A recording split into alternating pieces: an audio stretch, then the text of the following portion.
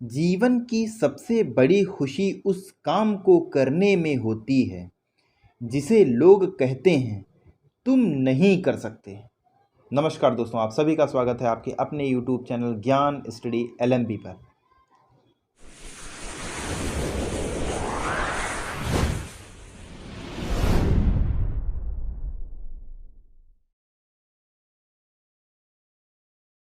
दोस्तों, आज हम लोग सामान्य ज्ञान के प्रश्नों को करेंगे जो आपके आने वाले कंपटीशन एग्ज़ाम के लिए काफ़ी महत्वपूर्ण रहने वाले हैं। बहुत ही जल्द आपकी यूपी लेखपाल की परीक्षा होने वाली है।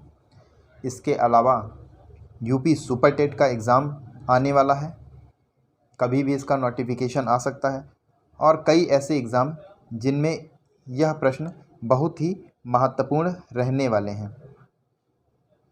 और दोस्तों, अगर अभी तक आपने चैनल को सब्सक्राइब नहीं किया है तो चैनल को सब्सक्राइब कर लें और बेल आइकन के बटन को दबाना ना भूलें, जिससे अगली क्लास की जानकारी आपको मिल जाए। तो आइए आज की क्लास शुरू करते हैं।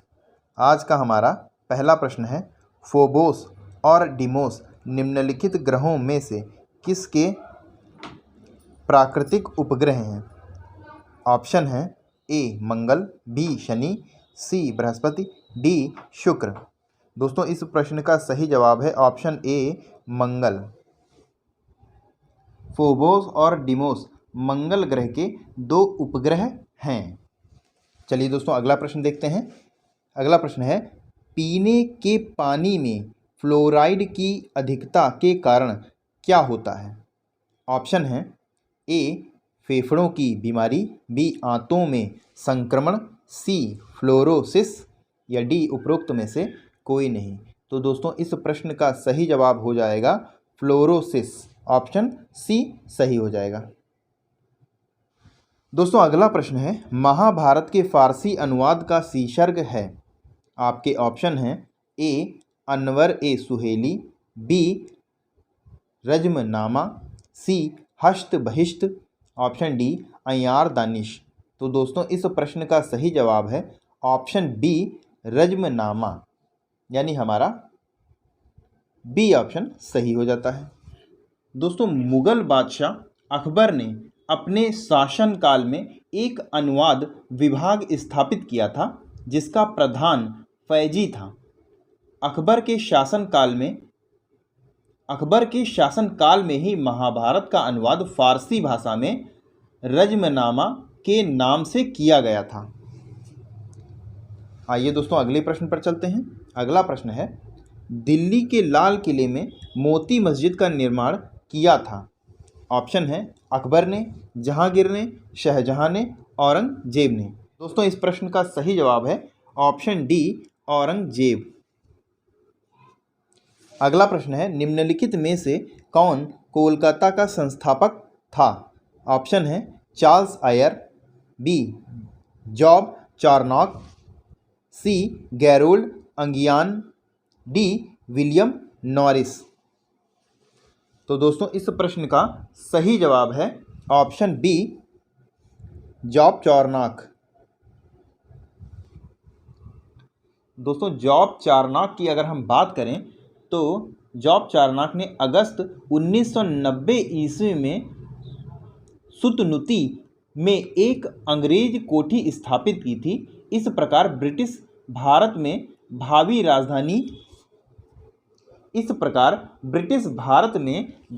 राजधानी की नींव डाली गई। 1698 ईस्वी में अंग्रेजों को सुतानाती, कालीकाता और गोविंदपुर नामक 3 गांव की जमींदारी 1200 रुपये के बदले में दी गई, जहां फोर्ट विलियम किला बना, जिसकी प्रथम प्रेसिडेंट चार्ल्स आयर थे। यानी कि संस्थापक जॉब चार्नॉक थे और प्रेसिडेंट चार्ल्स आयर थे। अगला प्रश्न है, अर्थशास्त्र में ग्रेशम का नियम निम्नलिखित में से किससे संबंधित है? आपूर्ति और मांग, मुद्रा का प्रचलन, खपत और आपूर्ति, वस्तुओं और सेवाओं का वितरण। तो दोस्तों, इस प्रश्न का सही जवाब है ऑप्शन बी मुद्रा का प्रचलन। दोस्तों ग्रेशम के नियम की अगर हम बात करें तो ग्रेशम का नियम कहता है कि बुरी मुद्रा अच्छी मुद्रा को बाहर निकाल देता है। उदाहरण के लिए यदि कमोडिटी मनी के दो रूप प्रचलन में हैं जिन्हें कानून द्वारा समान अंकित मूल्य के रूप में स्वीकार किया जाता है, तो अधिक मूल्यवान वस्तु धीरे धीरे प्रचलन से गायब हो जाती है। कानूनी मान्यता है कि बुरी मुद्रा प्रचलन में अच्छी मुद्रा को बाहर निकाल देती है। उदाहरण के लिए दोस्तों अपने आप को आप समझ सकते हैं, यदि आपके पास नॉर्मल यही होता है कि आपके पास यदि 200 के नोट हैं जिनमें एक अच्छा है और एक थोड़ा सा फटा हुआ है, तो आप फटे हुए नोट को पहले चलाते हैं। रेशम की मुद्रा के प्रचलन में यही था कि बुरी मुद्रा अच्छी मुद्रा को प्रचलन में से बाहर कर देती है। अगला प्रश्न है, भारत की काली मिट्टी किसके उत्पादन के लिए बहुत उपयुक्त होती है? ऑप्शन है ए कपास की खेती के लिए, बी धान की खेती के लिए, सी गन्ने की खेती के लिए, डी गेहूं की फसल के लिए। तो दोस्तों इस प्रश्न का सही जवाब है ऑप्शन ए कपास की खेती के लिए। ए ऑप्शन हमारा सही हो जाता है। काली या रेंगुर मिट्टी कपास की खेती के लिए सर्वाधिक उपयुक्त होने के कारण इसे काली मिट्टी अथवा मुद्रा भी कहा जाता है। आइए दोस्तों अगले प्रश्न पर चलते हैं। अगला प्रश्न है, भारत के सर्वोच्च न्यायालय के संबंध में निम्नलिखित में से कौन सा कथन सही है? ऑप्शन ए है इसका केवल मूल क्षेत्राधिकारी है, इसका केवल अपीलीय क्षेत्राधिकारी है, सी है इसका मूल अपीलीय और परामर्श संबंधी क्षेत्र अधिकार है, और ऑप्शन डी है इसका केवल परामर्श संबंधी क्षेत्र अधिकार है। तो दोस्तों इस प्रश्न का सही जवाब हो जाएगा ऑप्शन सी, इसका मूल अपीलीय और परामर्श संबंधी क्षेत्र अधिकार है। दोस्तों संविधान के अनुच्छेद 124 में उच्चतम न्यायालय के गठन के संबंध में प्रावधान है, जिसमें यह कहा गया है कि उच्चतम न्यायालय में एक मुख्य न्यायाधीश और 7 अन्य न्यायाधीश होंगे और संसद समय समय पर न्यायाधीशों की संख्या का निर्धारण कर सकती है। वर्तमान समय में सर्वोच्च न्यायालय में मुख्य न्यायाधीशों की संख्या 34 है। सर्वोच्च न्यायालय के पास मूल अपीलीय और परामर्श संबंधी क्षेत्राधिकार है। तो इस प्रकार हमारा सी ऑप्शन सही हो जाता है, जिसमें अपीलीय और परामर्श संबंधी क्षेत्राधिकार के बारे में बताया गया है। आइए दोस्तों अगले प्रश्न पर चलते हैं। अगला प्रश्न है, मुगल सम्राट जिसने सर्वाधिक संख्या में हिंदू अधिकारियों की नियुक्ति की थी का नाम था? Option A Akbar, B Aurangzeb, C Humayun, D Shahjahan. तो दोस्तों इस प्रश्न का सही जवाब हो जाएगा ऑप्शन बी औरंगजेब। औरंगजेब के समय में सर्वाधिक हिंदू अधिकारियों की नियुक्ति की गई थी। औरंगजेब के शासनकाल में हिंदू मनसबदारों की संख्या 33% थी। वहीं अकबर के समय में 16% थी।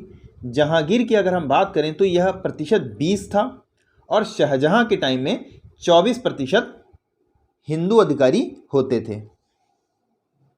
अगला प्रश्न है, शून्यता के सिद्धांत का सर्वप्रथम प्रतिपादन करने वाले बौद्ध दार्शनिक का नाम है? ए नागार्जुन, बी नागसेन, सी आनंद, डी अश्वघोष। तो दोस्तों इस प्रश्न का सही जवाब है ऑप्शन ए नागार्जुन। शून्यता के सिद्धांत का प्रवर्तन नागार्जुन ने किया था। नागार्जुन की प्रसिद्ध रचना माध्यमिक कारिका है। इसे संक्षेपवाद भी कहा जाता है। आइए दोस्तों आगे चलते हैं। अगला प्रश्न है, भारत में न्यायिक पुनरीक्षण की संकल्पना निम्नलिखित देश के संविधान से ली गई? ऑप्शन है यूनाइटेड किंगडम, संयुक्त राज्य अमेरिका, यूएसएसआर, और डी है ऑस्ट्रेलिया। तो दोस्तों इस प्रश्न का सही जवाब है ऑप्शन बी संयुक्त राज्य अमेरिका। भारत में न्यायिक पुनरीक्षण की संकल्पना संयुक्त राज्य अमेरिका के संविधान से ली गई है। अनुच्छेद 137 के अनुसार सर्वोच्च न्यायालय को संसद या विधानमंडलों द्वारा पारित किसी अधिनियम तथा कार्यपालिका द्वारा दिए गए किसी आदेश की वैधानिकता का पुनरीक्षण करने का अधिकार होता है। यानी हमारा बी ऑप्शन सही हो जाएगा। अगला प्रश्न है, स्वर्ण का शुद्धतम रूप होता है। तो दोस्तों ऑप्शन है 24 कैरेट, 99.6 कैरेट, 91.6 कैरेट, 22 कैरेट। तो दोस्तों इस प्रश्न का सही जवाब है ऑप्शन ए 24 कैरेट। अगला प्रश्न है, जब कुएं से पानी बाल्टी को ऊपर खींचते हैं तो हमें महसूस होता है कि बाल्टी पानी की सतह से ऊपर भारी हो गई है, पानी की सतह से ऊपर हल्की हो गई है, पानी से बाहर आकर स्थिरता खो बैठी है, पानी से बाहर आकर उसके द्रव्यमान में प्राप्ति हुई है। तो दोस्तों इस प्रश्न का सही जवाब हो जाएगा हमारा ऑप्शन पानी की सतह से ऊपर भारी हो जाती है, यानी हमारा ए ऑप्शन सही हो जाता है। जब हम लकड़ी के टुकड़े को पानी के अंदर डुबोते हैं तो हमें उस पर नीचे की ओर एक बल लगाना पड़ता है। पानी के अंदर किसी गहराई पर ले जाकर जब हम इस बल को हटा लेते हैं तो टुकड़ा स्वतः ऊपर आकर पानी पर तैरने लगता है। इससे यह प्रतीत होता है कि जब कोई वस्तु किसी द्रव्य में डुबोई जाती है तो उस पर ऊपर की ओर एक बल कार्य करता है। यह नियम आर्किमिडीज का सिद्धांत और प्लवन के नियम के अनुसार है। इसीलिए दोस्तों पानी की बाल्टी को जब हम ऊपर खींचते हैं तो वह भारी प्रतीत होती है, पानी के अंदर हल्की रहती है और ऊपर खींचते हैं तो वह भारी महसूस होती है। अगला प्रश्न है, चौरी चौरा कांड की घटना घटित हुई थी। ऑप्शन है 1 फरवरी 1922, 2 फरवरी 1922, 5 फरवरी 1922, 6 फरवरी 1922। तो दोस्तों इस प्रश्न का सही जवाब हो जाएगा 5 फरवरी 1922, यानी हमारा सी ऑप्शन सही हो जाता है। 5 फरवरी 1922 को चौरी चौरा में कांग्रेस और खिलाफत का एक जुलूस निकाला था। कुछ पुलिस वालों ने इसके साथ दुर्व्यवहार किया था, जिसका नतीजा यह हुआ कि जुलूस में शामिल एक जत्थे ने पुलिस पर हमला बोल दिया। पुलिस ने गोली चलाई। इस घटना के पश्चात 22 पुलिसकर्मी मारे गए। इस घटना की खबर मिलते ही गांधी जी ने असहयोग आंदोलन वापस लेने की घोषणा कर दी थी। अगला प्रश्न है, रेफ्रिजरेटर में खाद्य पदार्थ ताजे रखने के लिए सुरक्षित तापमान है 4 degree Celsius, 8 degree Celsius, 0 degree Celsius, 10 degree Celsius. तो दोस्तों सुरक्षित तापमान की अगर हम बात करें तो हमारा 4 डिग्री सेल्सियस सुरक्षित तापमान हो जाता है रेफ्रिजरेटर में, यानी हमारा ए ऑप्शन सही हो जाएगा। रेफ्रिजरेटर में खाद्य पदार्थ ताज़ा रखने हेतु सुरक्षित तापमान 4 डिग्री सेल्सियस है। रेफ्रिजरेटर में वाष्पन द्वारा ठंडक उत्पन्न हो जाती है। तांबे के एक वाष्पन कुंडली में द्रव्य फ्रियॉन भरा रहता है जो वाष्पीकृत होकर ठंडक उत्पन्न करता है। तो दोस्तों आज के लिए बस इतना ही।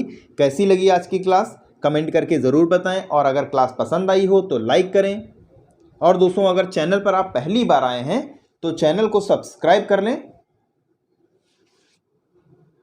मिलते हैं अगली क्लास में, तब तक के लिए नमस्कार, जय हिंद, जय भारत।